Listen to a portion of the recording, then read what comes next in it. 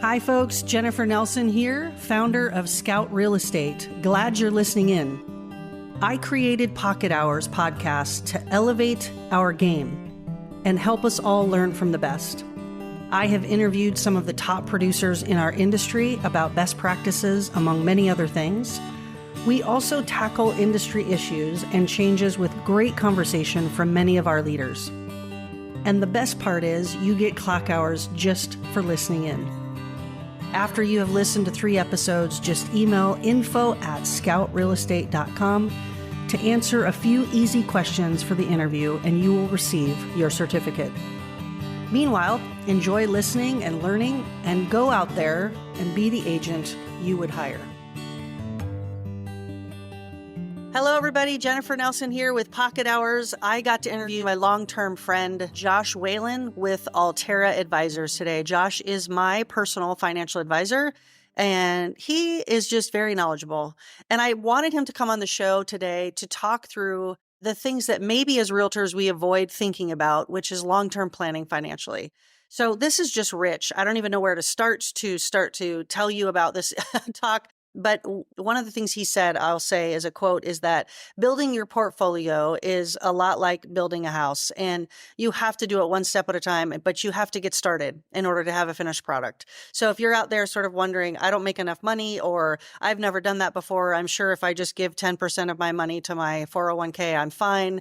Think again. There's so much more richness and so much more strategy around getting you where you want to go. And this interview hopefully will help you think that through more. So here we go. Josh, I was just trying to think about how long we've known each other. It's been quite a long time. Yeah, it has to be at least 2012. Okay. Yeah. Because you helped us buy our house in 2014 and sell our condo in 2015. Okay. And we'd already known each other for a few years up to that point. Nice. So we're going on like 12 years. Yeah. I love it. Our kids still tell the story of starring in your whatever video it was that we kind of had with them in the living room when we were trying to buy the house. They still remember that. I still have it. In fact, I think I sent it to either you or your wife recently. Yes, because I was finding it in my thing. Anyway, Josh and I go way back. We actually met at BNI, which stands for Business Networking International. Some of you might be familiar with that, and became fast friends, but also just, I think both mutually respected each other's work. And interestingly enough, also went through a time when we were both with larger established firms in our own industries, and then stepped out of that and started our own firms. And that was fun to be able to kind of walk that path together. So yay, Josh. Thanks for being on the show. Thanks for the invite. You are a certified financial planner. Yes, ma'am. And so some people that hear that just kind of black out and go, we don't know what that means. So tell us what that is and how you got there. What we think about is helping people refine and identify goals that they want to accomplish with their wealth, and then identify and implement, monitor, oversee, and coordinate strategies to actually help them get there. So I often use a house building analogy for it. Financial planning comes in 2 parts. One is building the actual plan. So that's like your blueprints. Where do you want to go? How do you want to get there? When you dream about what you want to accomplish with your wealth, what does that look like? And then the second part is actually getting our hands dirty and actually building the house. So that's identifying investment and protection and estate and tax strategies and all these things that will actually help somebody get where they want to go. What a lot of clients tell us is they're frustrated because they don't have somebody who helps them coordinate a single plan that just shows them where they're headed. I feel like I've got advisors and accounts all over the place. I feel like taxes are killing me. And at the end of the day, I just need a streamlined thing to do. So a lot of our clients are business owners. They're trying to keep all the plates spinning of family and business and their finances. And so that's a lot of times where we can come into play. The Cliff's Notes of getting into the industry. My dad was everybody's counselor, not officially, but kind of unofficially. So I became everybody's counselor because I'm very close with him. I was planning to go to college to be a counselor. As I transferred to the college I was going to attend in order to pursue graduate work, my dad was diagnosed with MS. And I'm the oldest of 4 kids. I only knew one person with MS, and that person was in a wheelchair. It was pretty devastating to their life. Very thankfully, that's not how it's gone for my dad, but you just don't know at the time. And so my questions to him were, if you can't work in a year, what happens? Are we financially prepared? Do I need to abandon my plans for college and come back and provide for the family? What's going to happen here? And I was 19. So I hadn't really thought finances beyond saving for my guitar and Yeah. smaller things like that. So his answer was essentially, we're doing things that people have told us are financially prudent, but I guess at the end of the day, I don't know. I don't know if we're on track Mm. to accomplish something measurable. And that was terrifying because I thought when you cross the threshold of adulthood, somebody just buckles the tool belt you need around your waist and you instantly know the things you're going to need to know. Somebody told me a while back, there's no such thing as adults, there's just different ages of people. And I love Yeah. that so much because nobody should feel like just because I've aged that I've Mm. picked up necessary skills. Yeah. So I changed course, wanted to study finance with the thinking that I would apply that to my counseling work in graduate school.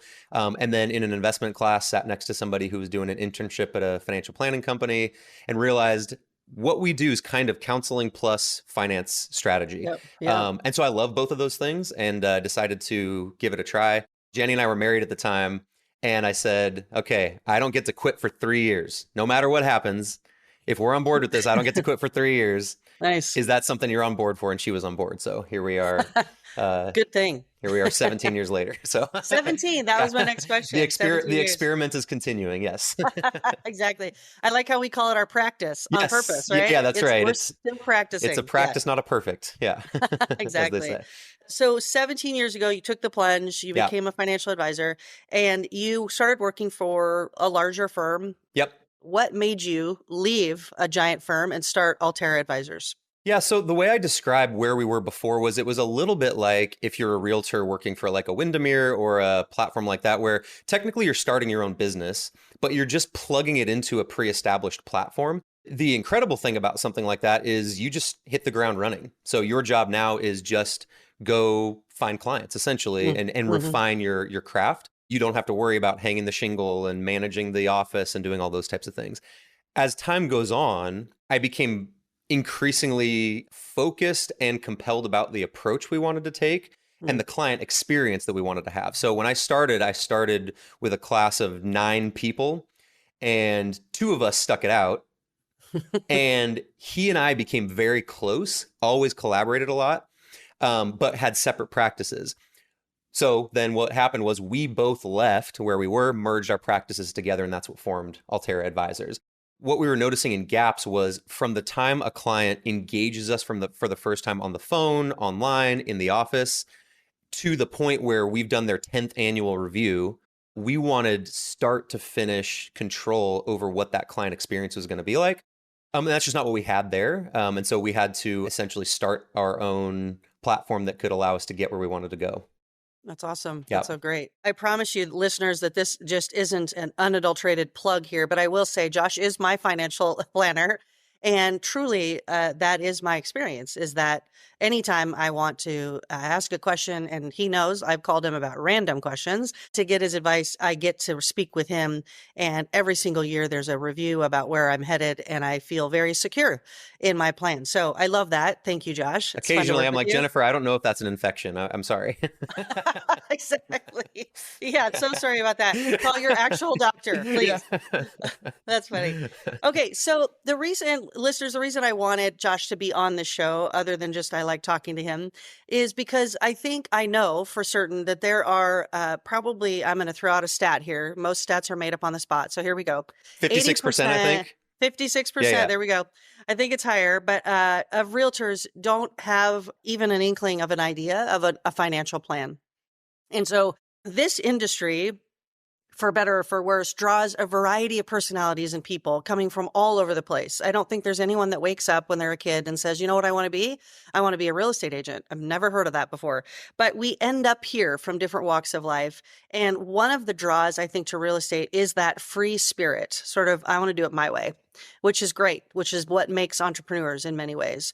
But what also often accompanies that is this sort of laissez-faire attitude around money. So it's a heyday. We've just sold 3 homes and we've made, $60,000, and we're excited. So we go out and buy whatever we're going to buy. But there isn't a plan for retirement. There isn't a plan for savings. There is literally living still, quote unquote, paycheck to paycheck, commission to commission. So I wanted Josh to be on the show just to talk about what have you witnessed in working with other entrepreneurs, because I don't think this is new to or exclusive to real estate agents. And then sort of how have you come in to help them with this planning? To the first question, what have I observed working with entrepreneurs? So entrepreneurs are builders. This is a mindset. It's kind of a predisposition personality wise, and kind of what's your internal drive.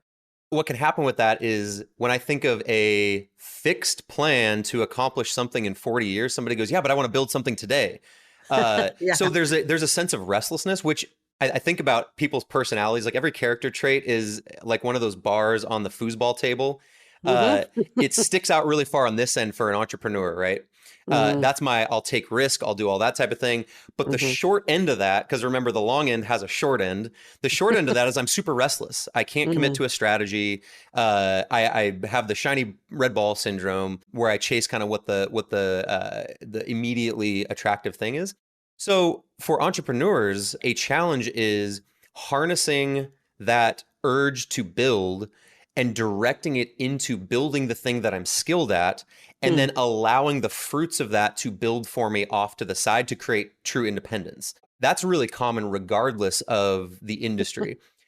I think realtors and any small practice, but usually like single owner operator businesses, especially sales professional type businesses, have a unique challenge because what happens is you go out, you sell a house, and you think, oh, it worked. I've got money.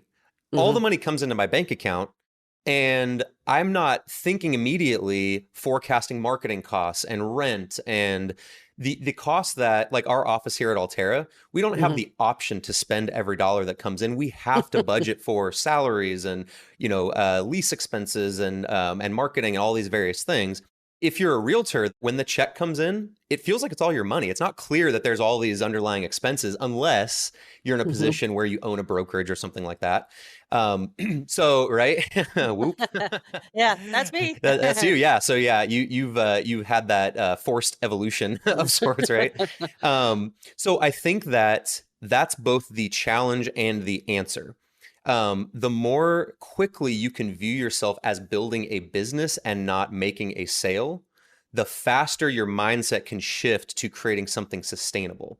That's not exactly a finance strategy, but it's more of an entrepreneur's mindset strategy. Yep. Yep. The folks that are successful, they seem to build consistent habits that they see work. They allow their creative energy to maybe adapt different strategies on the fly. And the creative energy is also what makes you really good at talking in real time with somebody, assessing what is it that they need and what is it that they're going to need to know in order to make a confident decision, whether that's Hmm. to make this purchase or not make this purchase or make this sale or not. I'm writing it down because I think this is a quotable quote here. So, and I think I got it right. The sooner you can see yourself as a builder of good systems and not just making a sale, Mm-hmm. the more sustainable as a business owner you will be. I might refine that to say you are a business owner, you're not a realtor.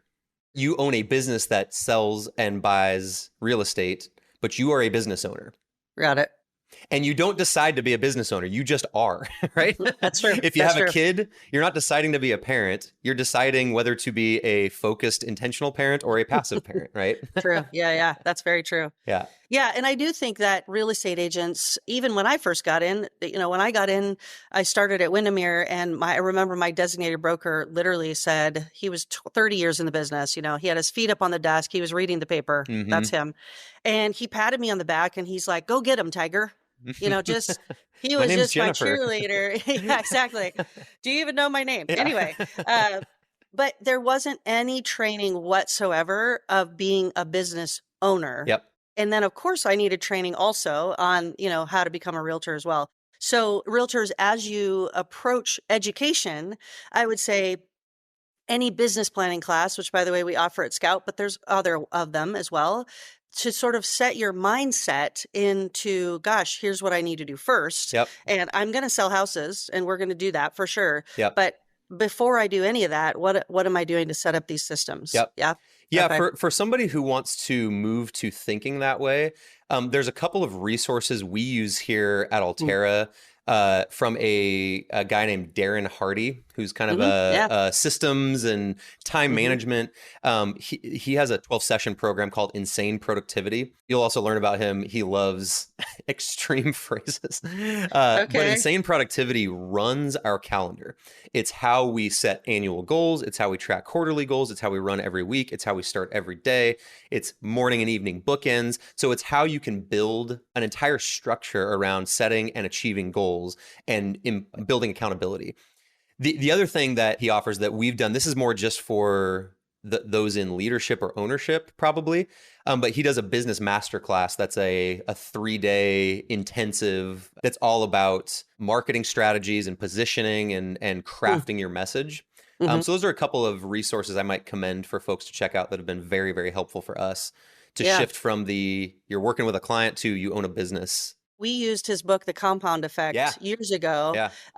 in our business planning class for that very reason. Gotcha. It's Yeah. it's an easy read, and it also has some really great principles in it. So yes, Yeah. big plug for Darren Hardy. Okay, so let's kind of transition into really practical things. We're sort of talking big picture stuff. You got to see yourself mindset wise as a Yep. business owner. But let's go practical. So, a listener today, there might be someone who's brand new in the industry. Josh, we have the continuum of listeners, right? We have someone who got licensed yesterday Yep. to someone who's been doing this for 30 years and everything in between. So, let's start sort of on this first end of, hmm gosh, I just got my license. I haven't even made a sale, or maybe I've made 3 sales. Okay. And you're telling me I got to have a financial plan. I just barely paid my rent, and I'm wondering how this is going to all work out. So give some advice to that brand new realtor of how they can set this up when they're not necessarily bringing in the cash yet. So this requires thinking about long-term strategy, not as everything in equal measure every minute of every day. So here's what I mean by that. When you are starting out, you don't have a business yet. Somebody told me this when I was interviewing, and it's the thing that snapped me into moving forward with the company that I started with. Hmm, He said one of the things that causes people to fail is they start out expecting to work with clients and not to go find clients. hmm, So his point was you don't have a business right now. You have hmm. time, right? Yep. So you now have the ability, if you are disciplined with your time, to convert your time, think about it like a full glass of water, and pour that into another glass of water that represents a business. hmm Or you have time to kick your feet up on the desk and read the paper and all that, which is essentially like you're holding both glasses, but you're just pouring the time water on the floor. You're not doing anything with it. The person who's just starting out, you have to be laser focused. Every dollar, every minute has to be focused on building the business. This is going to sound strange coming from a financial advisor. That's not the time to think, I need to set up an IRA. hmm That's the time to think owning a business is like owning an ATM, sort of. Some people buy a functional business, but when you're a realtor or you're sometimes what we do, you're building it from the ground up. hmm So before that ATM can spit out cash, you got to build it. So what you need to be thinking of is, do I have a consistent ATM that's spitting out reliable cash? hmm Or do I have hopes and dreams and time, basically, right now? So if Totally. the tips that really helped me in that phase where it was all time, no business, Mm-hmm. was having a set of principles that helped. So those, that Darren Hardy approach or whatever you find, have a structure that you are executing and find a battle buddy. I think people Yep. suffer and Mm. die in isolation. And that's True. in lots of different areas of life, psychologically and so on. But particularly in the trenches of building a business, it is tough. Having somebody who has a shared vision as you do, and maybe even some complementary skill sets. When we formed Altera, I described Grant and myself as shared vision, complementary skills. There's Mm. things he's excellent at that I'm not good at, and there's things I'm great at that are weaknesses for him. So, Absolutely. yep, that's maybe a couple of tips that I would give for that person just starting out. If you're listening to this and you're saying, gosh, I haven't even had a sale yet, or I don't have any money, to Josh's point, you do have time. And so there are plenty of other people that have been doing this a long time that would love to share some of the things that they wish they would have known. So take a walk. That doesn't cost anything. Invite another realtor that you respect in the business to come with you on a walk and find out everything you can from them, Yeah. right? Like take advantage of other people's missed opportunities and where they failed and say, how can I not fail there, right? Use that time. And I love what you said about structure. So I'm going to speak to that just for a second to say real estate agents, could watch Netflix all day if they wanted to, Hmm. right? Like this is the reality. And entrepreneurs in general could. Yeah. And I think when we are isolated and don't have that battle buddy, that's exactly the temptation. Well, nobody cares if I do anything today, right?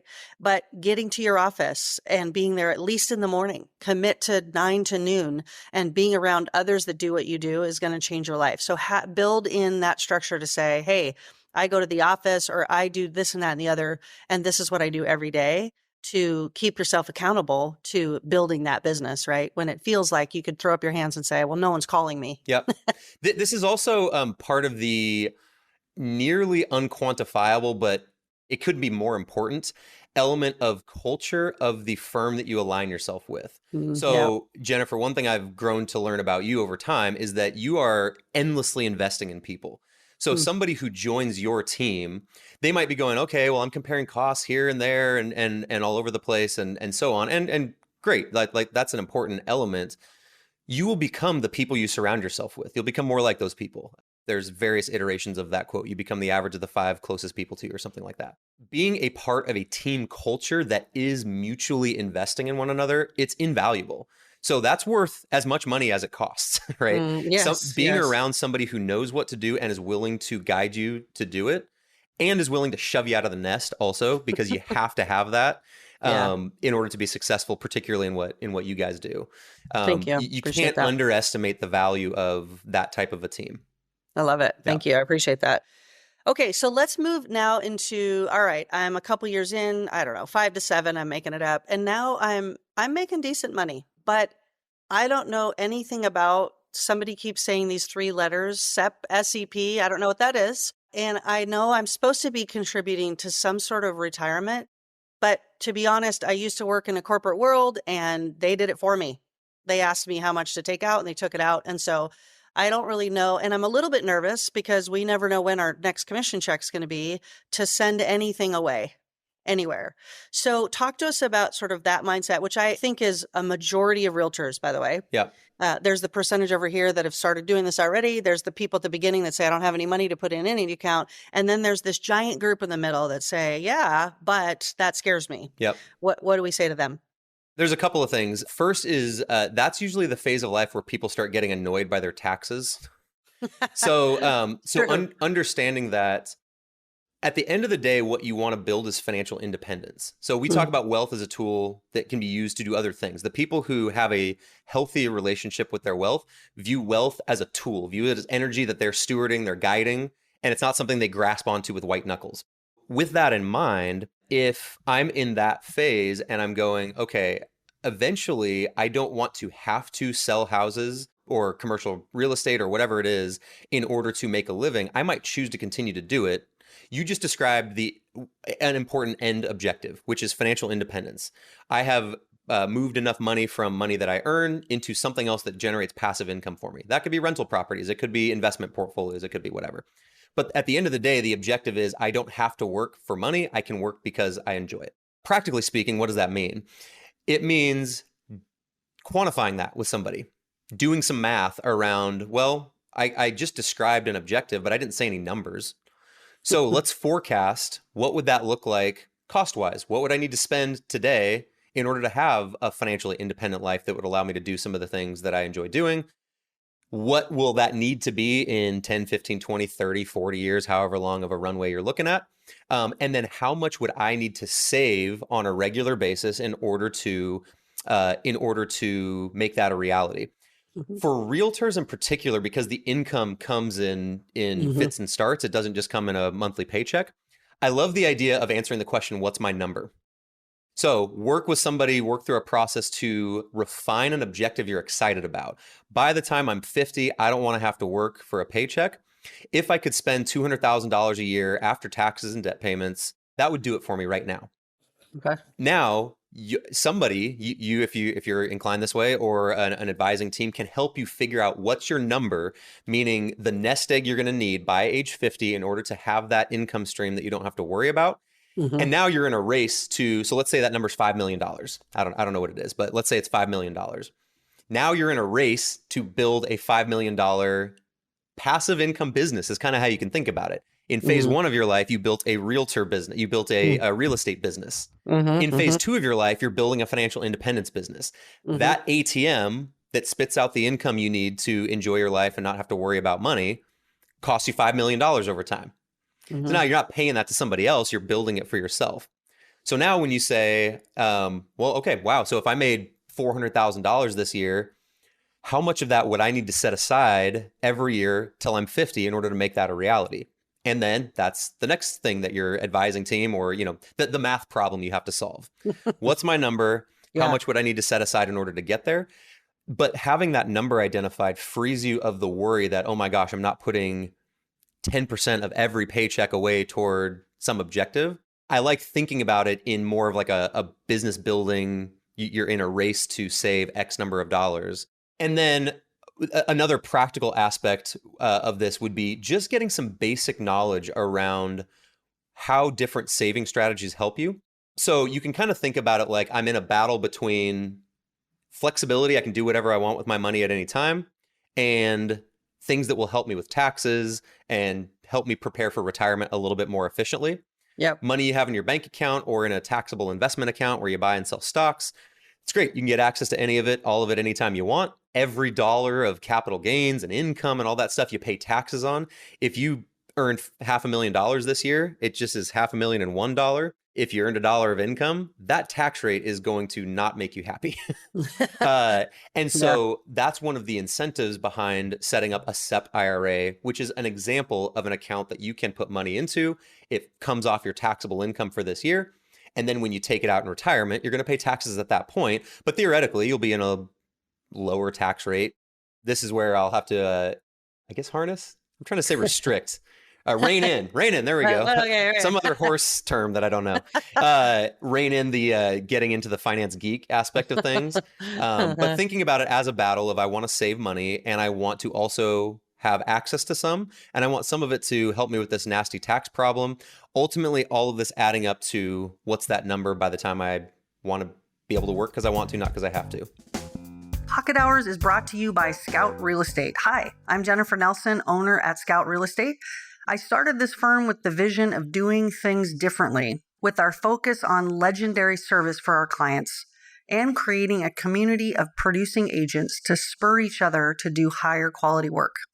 If you are interested in learning more about how a small group of like-minded brokers have come together to have some fun while doing a lot of business, reach out to me, 206-227-7966, or email jennifer@scoutrealestate.com. I promise you this, fun is a high priority for me, but so is winning. So if you appreciate those two things, you might be interested in Scout. Looking forward to hearing from you. Tell me, what does SEP stand for? Self-employed pension. That's one iteration of an account folks can use. One of the things that I see even more frequently, particularly for married couple who one spouse has more of a stable income and one spouse is realtor. So it's like, if I made $50,000 this year, that'd be great.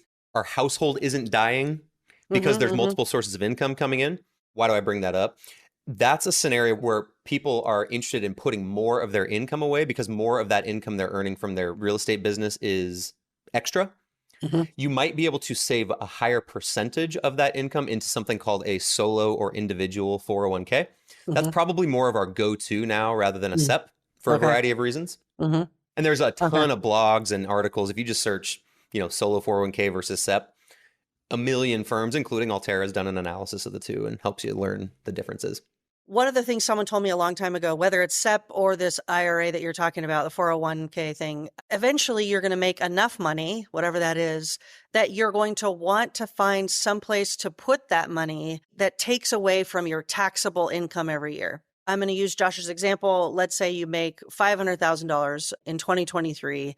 If you were to have taken $60,000 of that money and put it in a SEP or this 401k thing, then your taxable quote unquote income would be 500 less that 60,000. So you'd only be taxed on that money of the 440, let's say.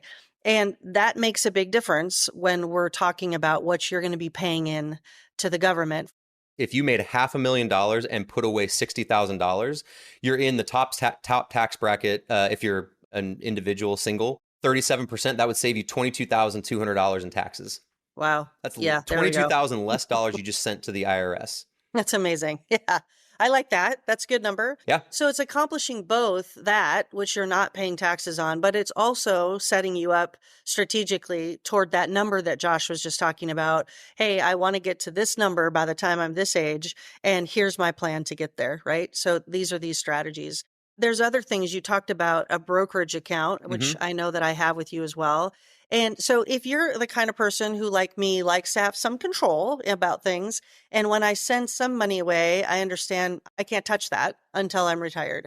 I also want, as Josh always talks about, a bucket where I can touch it. So I'm a realtor. I had a great year last year. I have no idea maybe that next year is going to be as good. So I want to give this to Josh, but I also want to say, but Josh, should I need that or in some portion of that, I want to get my hands on it. So talk a little bit about what the benefit of a brokerage account is. So we'll go buckets now, since you brought it up. You set the trap, and now I'm going to dive into it. I think in short, medium, long term buckets, short term is your cash reserve. As a business owner, you have to decide how much personal and business monthly overhead essentially do I have, and then have some multiple of that. You know, some people say 3 months, 6 months, some people like up to 12 months in something like a high yield savings account. Why? Totally accessible anytime, guaranteed income, no risk of, if the market falls apart, I'm going to lose half the account, something like that. Okay. So you might decide then $50,000 is my number for my cash account. That's the cash account I'm comfortable with. I like the idea of investing cash beyond that, but I don't want it to be off limits until I'm 59 and a half or older, which is I don't know how in the world. I would love to have been there when they passed the legislation where they're like 60. No, exactly. I'll settle on 59 and a half. That's as high as I'll go. But you might say, I'm not comfortable putting it this far away, but I don't want it just sitting in cash. When you shift to a midterm bucket or a brokerage account, essentially what you're doing is investing the cash instead of letting it sit in cash.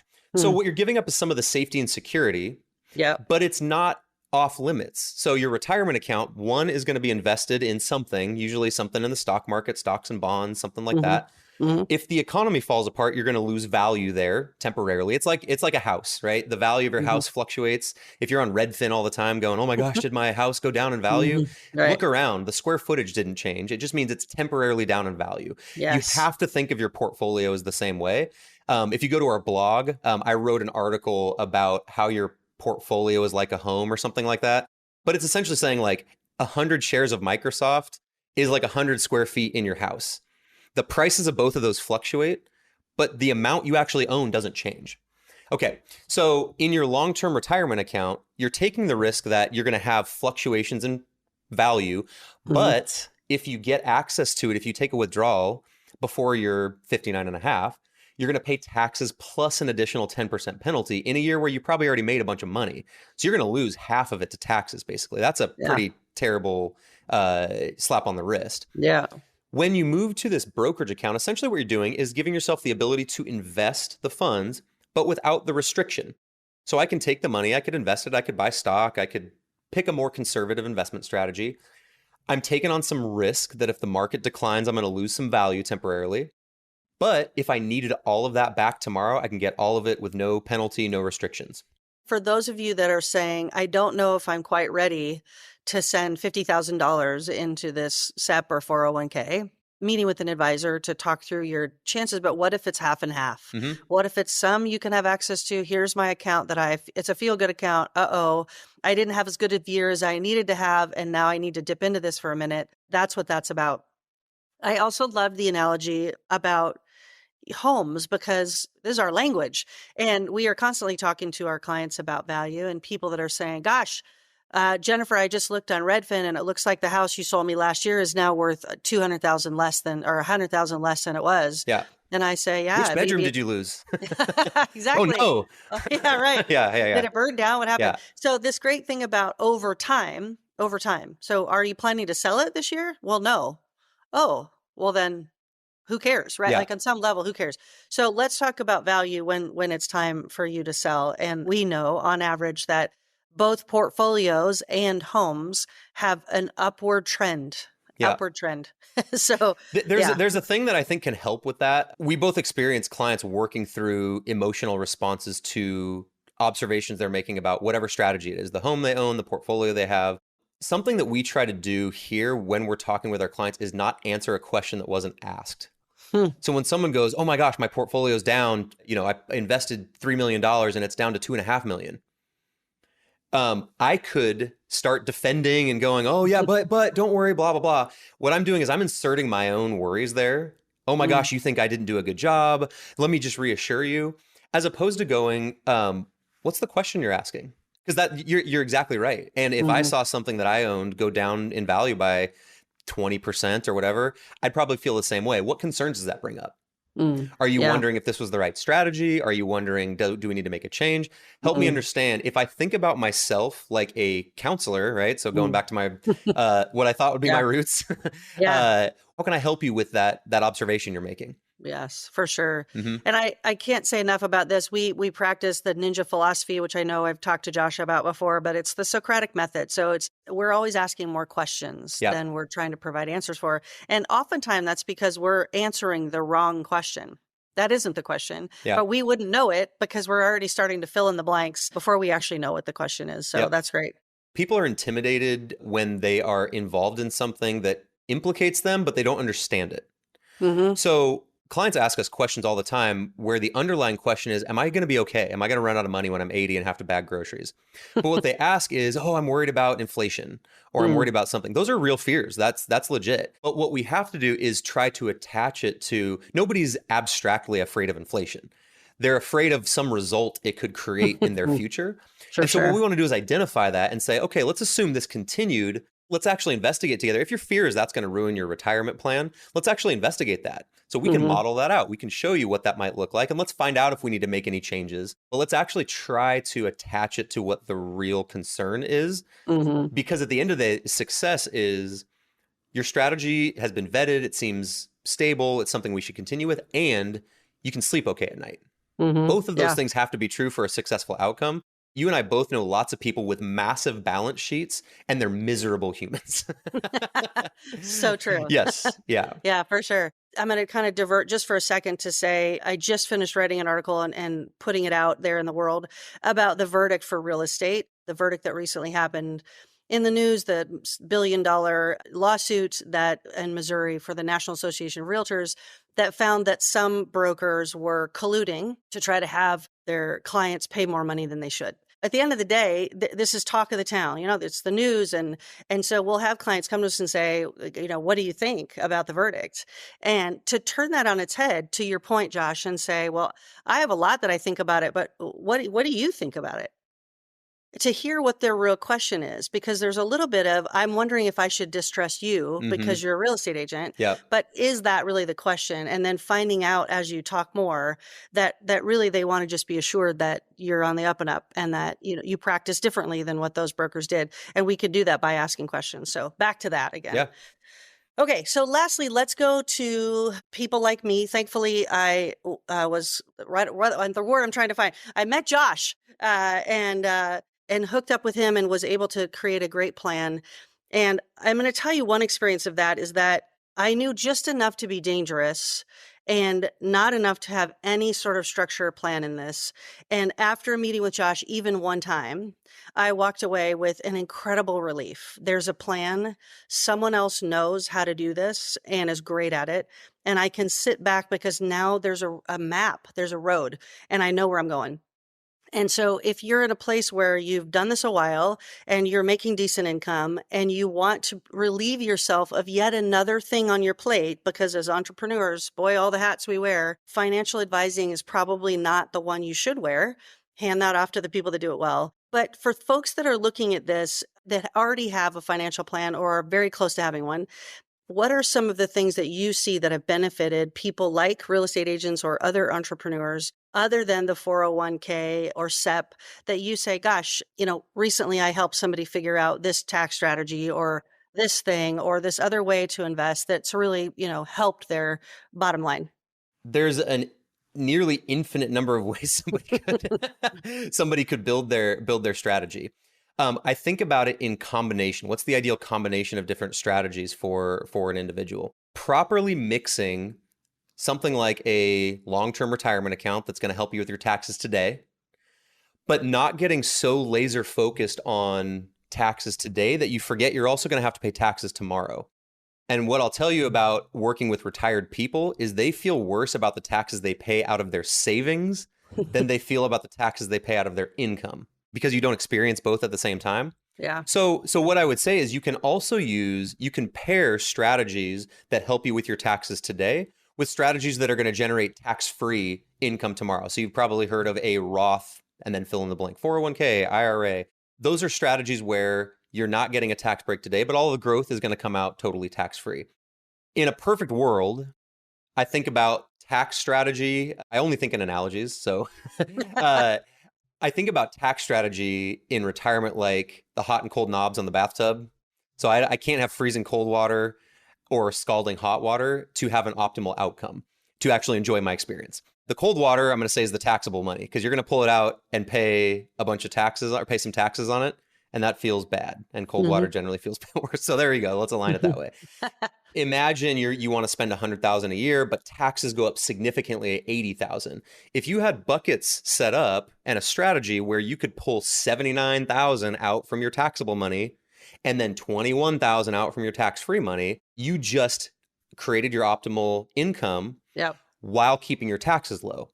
That's an example of a way that a qualified advisor can add significant value to your strategy before you even get to talking about which portfolio do I use. We have an article on our blog called The Advisor Advantage. And it borrows from Vanguard's research that they've done about different things that people experience, tax strategy, and even just trying to quantify oh my gosh, the market's down, what do I do? Having that sounding board is really valuable. Another strategy, it's not a specific client that comes to mind, actually a conversation with another advisor. They were working with folks who are very high income realtors, but also invest in properties regularly themselves. One strategy they implemented was building cash value in a certain form of life insurance, building that up, because what they can do in the meantime is borrow that cash out to buy a property and replace it as time goes on. Something like that. It has to be very customized and tailored to an individual situation. But properly understood, this advisor was saying this is a rinse and repeat strategy that they're seeing for folks who are saying, I want my money to work for me, but I don't want it to be off limits, and I don't want to create a tax nightmare for myself if I need to short-term use a bunch of this cash to invest in a property. So those are a couple of things. I think having ideal cash and those midterm targets as well. How much do I want in cash reserve? How much do I want in that brokerage fund? Those are all great targets to set. And you can use one of the strategies that I talk about with folks who are, when I was starting out, a lot of folks were also starting out, right? And they're buying their first houses and things like that. So while today, a client whose primary question is, how do I buy my first house? They probably wouldn't need what we do at Altera. The complexity is not there yet. But one of the things that I would tell them is make your game plan. What house do I want to buy? How much down payment am I going to need? What's the mortgage payment going to be like? And spend a year practicing, or spend 6 months practicing, or whatever. If you're too nervous to pull the trigger today, start practicing. So if that was going to cost me $2,000 a month in mortgage, start a $2,000 a month automatic contribution to a cash account, to an investment account that you could get back. But guess what you just did? You made a X number of months progress toward your down payment, and you just tested whether or not you could have afforded that this year. That's right. Do the same thing with your investment strategy. If you're a realtor who's nervous about putting money away, practice putting it into an investment account or a cash account you could get back, but it's kind of set aside, and just see how the year went. That's great. Great advice. Couple of thoughts. I will also say this, for anybody that's doing real estate that doesn't have an LLC set up and has a salary coming your way, I would highly recommend, for tax purposes, you do that. I would also recommend, if you are doing your own taxes, to stop doing your own taxes, to go ahead and hire an accountant. I know you might think it's expensive now, but I can guarantee you it's way less money than being audited because you don't know what you're doing. And furthermore, let's just avoid the fear of auditing and go right into, let's hire somebody who knows what they're doing, especially for realtors, to find the tax savings that are very, very there, but we wouldn't know to look for them, right? Yep. So we do a lot of conversation in our industry of saying to sellers and buyers, you need our expertise to help you accomplish your goal. Mm-hmm. And then we turn around in our own life and say, I've got it. Mm-hmm. I'm going to be my own accountant, my own financial advisor. I'm going to color my own hair. Let's just go all the places instead of saying, wait a minute, I'm not good at this. This is where outsourcing really, really matters. So please do those No matter things. what I do, it's coming out gray. What's happening? Exactly. Shoot. Dang it. Oh, this is great. Well, Josh, I am so thankful for your time today and your expertise, and I'm so grateful that you are my advisor. So if you have any questions, listeners, feel free to reach out to Josh directly, and he can decide if, in fact, he could help you personally or El Toro can help you. And if not, I'm sure he could point you in the right direction to someone to start you off. He recently did that with my sister and her husband. They realized that they needed a financial advisor, and I pointed them to Josh, and he pointed them to another direction that's going to help them in their current scenario and may take over later. But please understand how important this part is to where you want to go in life, no matter where you are in the continuum that we've talked about today. So any further thoughts, Josh? I think we covered it. All right. Yeah. Awesome. Well, thanks again for being on the show. Appreciate it. Yep. Thanks, Jennifer. Thank you so much for listening in to Pocket Hours. I hope this has been interesting, fun, made you laugh, made you think, spurred you on to do and implement some new things in your business. I appreciate your time and hope this has been a good use of it, period. Now, go be the agent you would hire.